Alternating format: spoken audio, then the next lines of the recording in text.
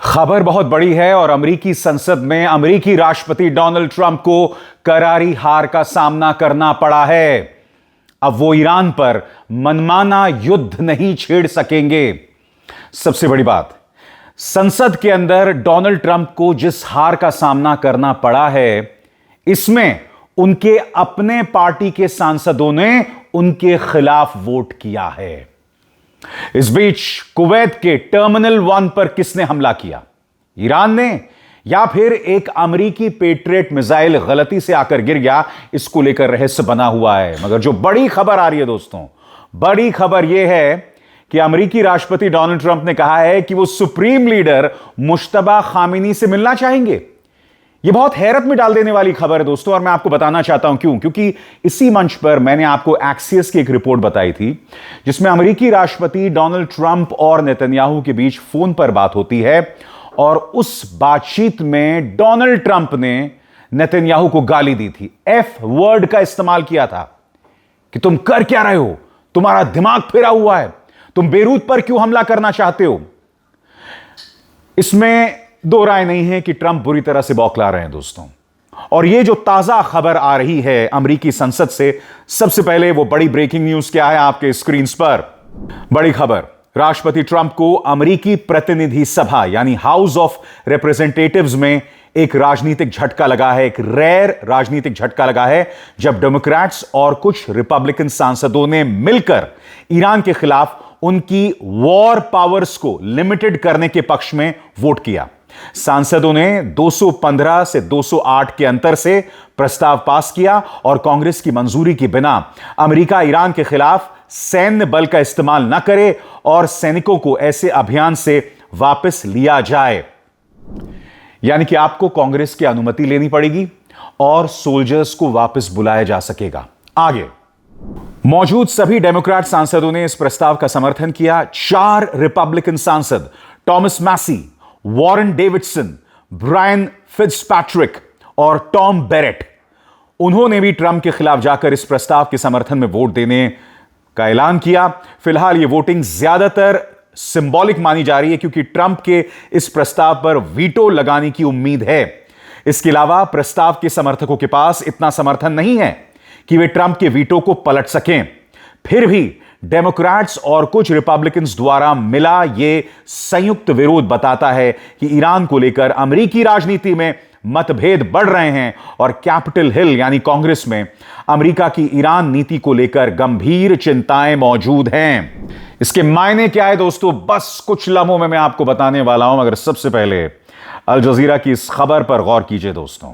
Kuwait ने वो video पेश किया है जिसमें उसके टर्मिनल पर धमाका होता है और उसको लेकर एक रहस्य बना हुआ है। वो रहस्य क्या है, बस कुछ देर बाद, मगर सबसे पहले वीडियो देखिए।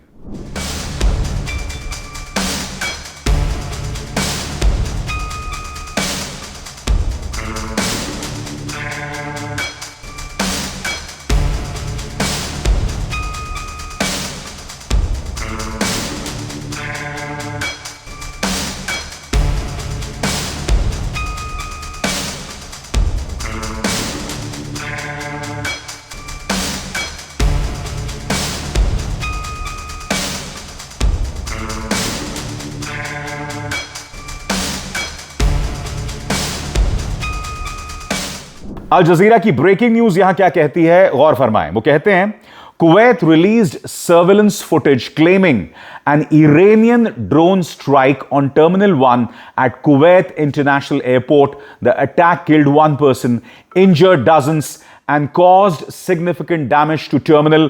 IRGC claims a wayward US Patriot missile caused the damage.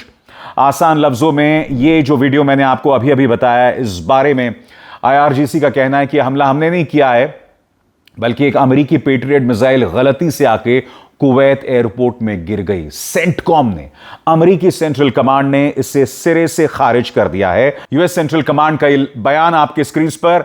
दावा यह किया गया, Iran claim today that it did not attack the passenger terminal in Kuwait international airport and damage was instead caused by US missile interceptor. Totally false, गलत खबर है ये, अमेरिकी central command कह रहा है।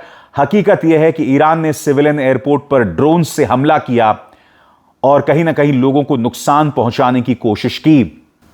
हालांकि अल जजीरा कह रहा है कि हमने ऐसा नहीं किया। अल जजीरा कह रहा है कि यह मैल फंक्शन की वजह से, एक अमेरिकी पेट्रियट मिसाइल सिस्टम में मैल फंक्शन की वजह से यह सब हुआ है। बहरहाल हकीकत क्या है हम नहीं जानते हैं, मगर इससे पहले भी हमने देखा था 40 दिन के युद्ध के दौरान क्या हुआ था दोस्तों। 40 दिन के युद्ध के दौरान कई बार अमेरिकी फोर्सेस का झूठ पकड़ा गया था, बार बार पकड़ा गया था, लगातार पकड़ा गया था। मगर इस वक्त अमेरिका के राष्ट्रपति डोनाल्ड ट्रंप के दिमाग में चल क्या रहा है? एक अजीबो गरीब केमिकल लोचा चल रहा है दोस्तों, क्योंकि नेतन्याहू के साथ उनकी दूरियां बढ़ रही हैं। नेतन्याहू के साथ बात गाली गलौज पर बनाई है, क्योंकि नेतन्याहू इस वक्त डोनाल्ड ट्रंप की बिल्कुल नहीं सुन रहे हैं। वो कह रहे हैं कि हम लेबनान पर हमला करेंगे, रोज नरसंहार का नजारा जारी है। दूसरी तरफ लेबनान पर लगातार हमला करने की वजह से ईरान वार्निंग दे रहा है कि अगर ये हमले जारी रहे तो हम भी ऑक्यूपाइड टेरिटरीज पर हमला करेंगे, यानी वॉर दोबारा शुरू हो सकता है। ट्रंप ये नहीं चाहते हैं। ट्रंप को एक के बाद एक दोस्तों झटके मिल रहे हैं। अमेरिकी संसद में क्या झटका मिला ये पूरे डिटेल में मैं आपको बताऊंगा, मगर जो बड़ी खबर आ रही है उस पर मैं आपका ध्यान खींचना चाहता हूं, जिसमें डोनाल्ड ट्रंप ने कहा है कि वो सुप्रीम लीडर मुश्तबा खामेनी से मुलाकात करना चाहेंगे। सबसे पहले आसान लफ्जों में खबर क्या है मैं आपको बताना चाहता हूं, और इंतजार कीजिएगा। बातचीत कहां जा रही है, अब्बास अरागची ने क्या कहा, यह सब मैं आपको बताने वाला हूं। मगर सबसे पहले आपके स्क्रीन पर नेतन्याहू से नाराज दिखे ट्रंप बोले, मैं ईरान के सर्वोच्च नेता मुश्तबा खामेनी से मिलना चाहूंगा। अब इसका मतलब क्या है? डोनाल्ड ट्रंप ने पब्लिकली कहा है कि वो ईरान के सर्वोच्च नेता मुश्तबा खामेनी से मिलना चाहेंगे। उन्होंने ये बात ईरान अमेरिका के बीच चल रही बातचीत के संदर्भ में, उस कॉन्टेक्स्ट में कहा। हाल के महीनों में नेतन्याहू को लेकर ट्रंप की टिप्पणियां और उनके रुख को देखते हुए कई लोग ये कह रहे हैं कि ट्रंप इस वक्त नेतन्याहू से नाराज चल रहे हैं, और इस बात का सबूत है एक्सियस की वो रिपोर्ट जिसमें डोनाल्ड ट्रंप फोन करते हैं नेतन्याहू को और कहते हैं, what the F are you doing, are you effing crazy. F word जिसका मैं कम से कम इस्तेमाल नहीं कर सकता, मगर डोनाल्ड ट्रंप वो शख्स हैं जो खुलकर ट्वीट में इस तरह का इस्तेमाल करते हैं, शब्द का इस्तेमाल करते हैं। और फिर जैसा कि मैंने आपको बताया, नेतन्याहू को फोन करके उन्होंने ये बात कही। मगर मुश्तबा खामेनी से बातचीत, इसके मायने आपके स्क्रीन पर। ट्रंप ने असल में कहा क्या? न्यूयॉर्क पोस्ट के पॉड फोर्स वन पॉडकास्ट में ट्रंप से पूछा गया कि क्या ईरान के सर्वोच्च नेता मौजूदा बातचीत में शामिल हैं और क्या वो उनसे मिलना चाहेंगे। जवाब में ट्रंप ने कहा, वो इसमें शामिल हैं, बिल्कुल, मैंने इस बारे में सोचा नहीं था, यह बहुत अच्छा सवाल है। हां, मैं उनसे मिलना चाहूंगा, मैं सबसे मिलना चाहता हूं, शायद किसी समय मुलाकात होगी।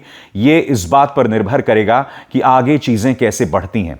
कई मीडिया संस्थानों ने इसे इस तरह रिपोर्ट किया कि ट्रंप ने कहा कि वो ईरान के सुप्रीम लीडर मुश्तबा खामेनी से मिलना चाहेंगे, यानी मुश्तबा खामेनी से मिलने की इच्छा वाला हिस्सा ट्रंप का वास्तविक और रिकॉर्ड पर दिया गया बयान है। हालांकि जैसे मैंने बताया, उनसे सवाल पूछा गया और उसके जवाब में उन्होंने बात कही। आगे नेतन्याहू वाला पहलू। पिछले कुछ महीनों से ट्रंप ने लगातार इस्राएली प्रधानमंत्री बेंजामिन नेतन्याहू की रणनीति, वॉर संचालन और सीजफायर से जुड़े फैसलों की आलोचना की है। इससे अमेरिका और इस्राएल के बीच औपचारिक गठबंधन बरकरार रहने के बावजूद दोनों नेताओं के बीच कुछ डिफरेंसेस सामने आए हैं। इसी वजह से कुछ मीडिया रिपोर्ट्स और सोशल मीडिया कमेंट्स में कहा गया है कि ट्रंप नेतन्याहू से परेशान हैं और रीजनल टेंशन कम करने के लिए तेहरान से सीधे संपर्क करने के इच्छुक हैं। और अब एक जरूरी संदेश, सच के इस सफर में मेरा साथी बनिए, मेरा चैनल ज्वाइन कीजिए और इनमें से एक विकल्प, एक ऑप्शन चुनिए। शुक्रिया। अब ये जो उन्होंने बयान दिया है, इसकी उनकी वॉर पॉलिसी पर क्या पड़ेगा असर? ईरान के साथ जो वॉर पॉलिसी है अमेरिका की, उस पर क्या असर पड़ने वाला है? ट्रंप की ईरान नीति से इसका क्या मतलब है? ट्रंप एक तरफ ईरान के नेताओं के खिलाफ कड़े और कभी कभी पर्सनल हमले वाले बयान देते हैं, दूसरी तरफ वो बार बार यह भी कहते रहे हैं कि अगर अमेरिका के हित में होगा तो वो ईरानी नेताओं से बातचीत या सीधी मुलाकात के लिए तैयार हैं। मुश्तबा खामेनी से मिलने की इच्छा जताना उसी रणनीति का हिस्सा बताया जा रहा है। एक तरफ दबाव बनाए रखना और दूसरी तरफ बातचीत का दरवाजा खुला रखना। अब आपके जहन में सवाल होगा, इसका स्ट्रैटेजिक इंपॉर्टेंस क्या है? क्या है इसका सामरिक महत्व। यह संकेत है कि अमेरिका और ईरान के बीच बातचीत पूरी तरह टूटी नहीं है। ट्रंप टॉप लीडरशिप पर बातचीत की संभावना खुली रखना चाहते हैं। वो इस्राएल को यह भी संदेश देना चाहते हैं कि वॉशिंगटन केवल सैन्य रास्ते पर निर्भर नहीं करना चाहता। अगर ऐसी मुलाकात कभी होती है तो यह अमेरिका ईरान संबंधों में दशकों बाद सबसे महत्वपूर्ण राजनीतिक घटनाओं में से एक हो सकता है। यानी आसान लफ्जों में ट्रंप का संदेश है, मैं ईरान पर दबाव भी बनाए रखना चाहूंगा, लेकिन अगर मौका मिला तो उसके सबसे बड़े नेता से सीधे बात करने के लिए भी तैयार हूं।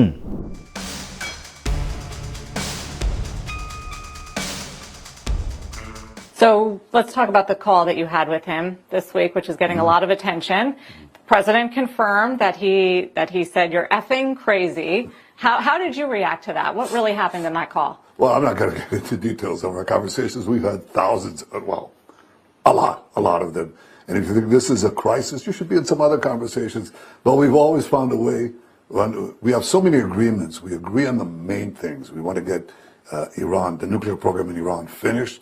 We want to make sure that Iran doesn't pose a threat to Israel, to the Middle East, to America, that it doesn't develop nuclear weapons and the means to deliver them, not only to Israel and to every capital in Europe, but to every city in the United States.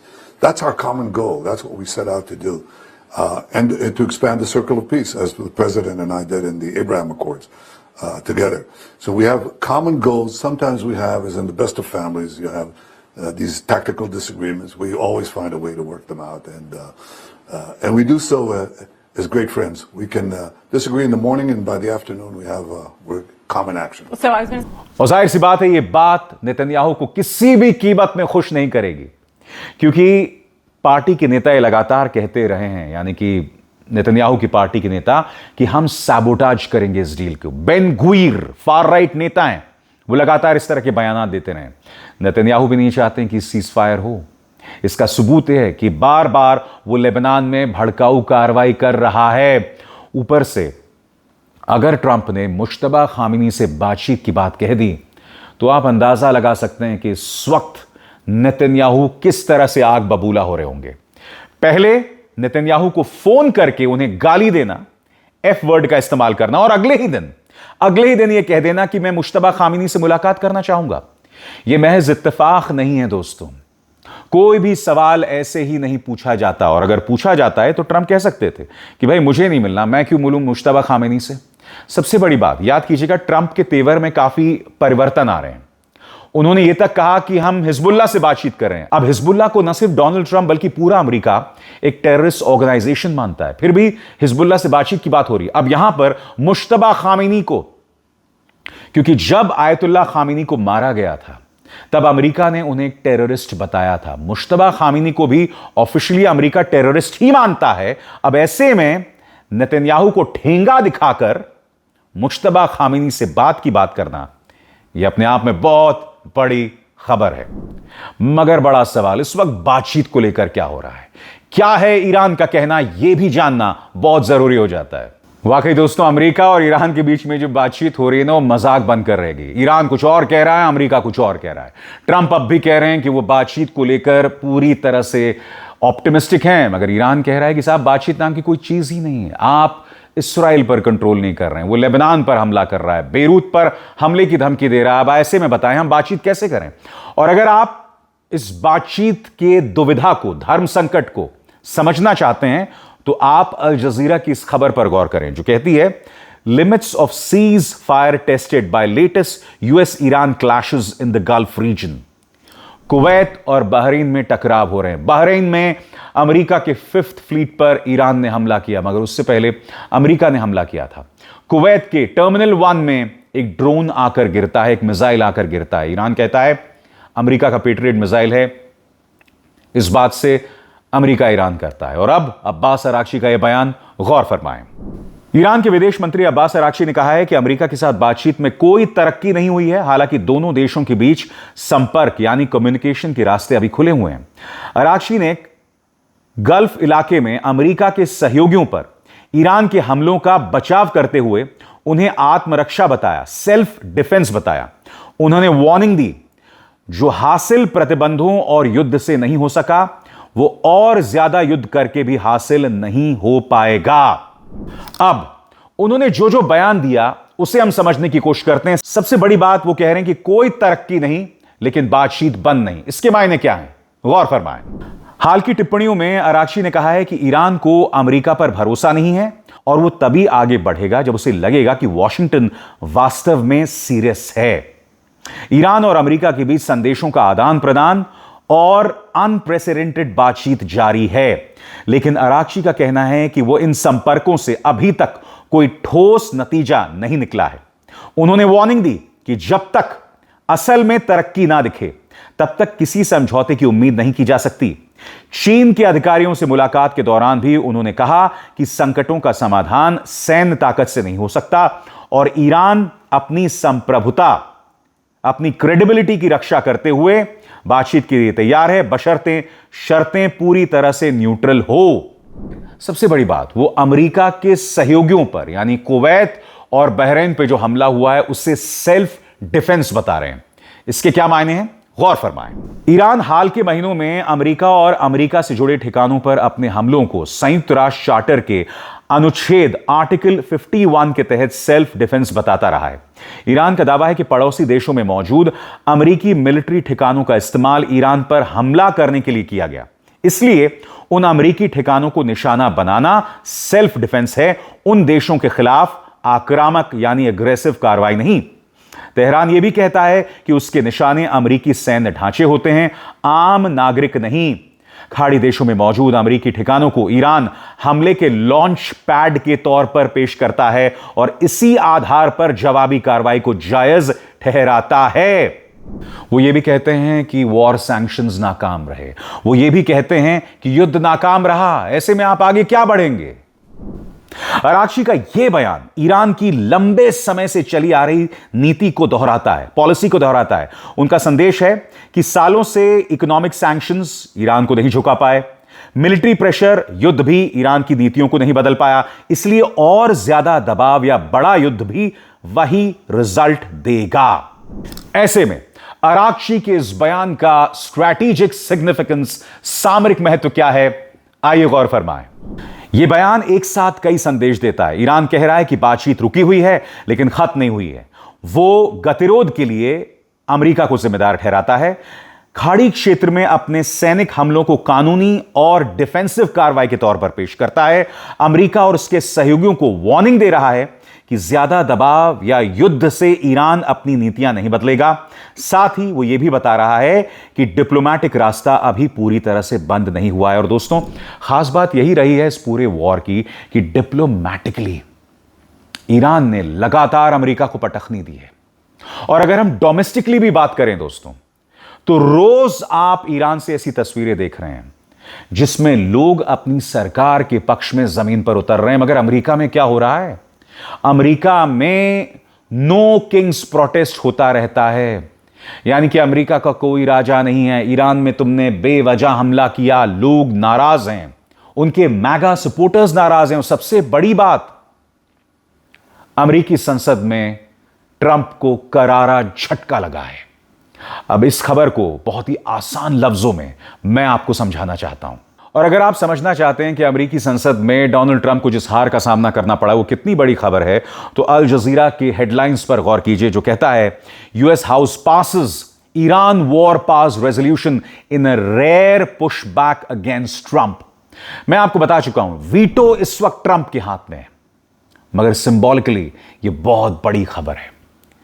कल को अगर Trump के खिलाफ impeachment motion लाया जाता है, अगर Republicans में यह सोच मजबूत होती है कि ट्रंप एक लायबिलिटी हैं, तो यह जो घटनाक्रम है यह ट्रिगर के तौर पर काम कर रहा है, चेन रिएक्शन शुरू कर देगा। कैसे? गौर फरमाएं। अमेरिकी हाउस ऑफ रिप्रेजेंटेटिव्स ने एक प्रस्ताव पारित किया है जिसका मकसद राष्ट्रपति डोनाल्ड ट्रंप की ईरान पर कांग्रेस की मंजूरी के बिना हमले करने की ताकत को लिमिटेड कर दिया गया है। वॉशिंगटन डीसी में बुधवार को हुई वोटिंग में 4 रिपब्लिकन सांसदों ने डेमोक्रेट्स का साथ दिया और प्रस्ताव 215 बनाम 208 वोटों से ही पास हो गया। हालांकि इस प्रस्ताव के कानून बनने की संभावना कम है, लेकिन इसे ट्रंप के लिए एक बहुत बड़ा राजनीतिक झटका माना जा रहा है। यह प्रस्ताव ट्रंप के उस फैसले के खिलाफ है जिसमें उन्होंने 28 फरवरी को इस्राएल के साथ मिलकर ईरान पर हमला किया था। यह संघर्ष अब भी जारी है और शनिवार को इसका 100वां दिन पूरा हो रहा है। ट्रंप ने इस युद्ध के लिए कांग्रेस से मंजूरी नहीं ली थी।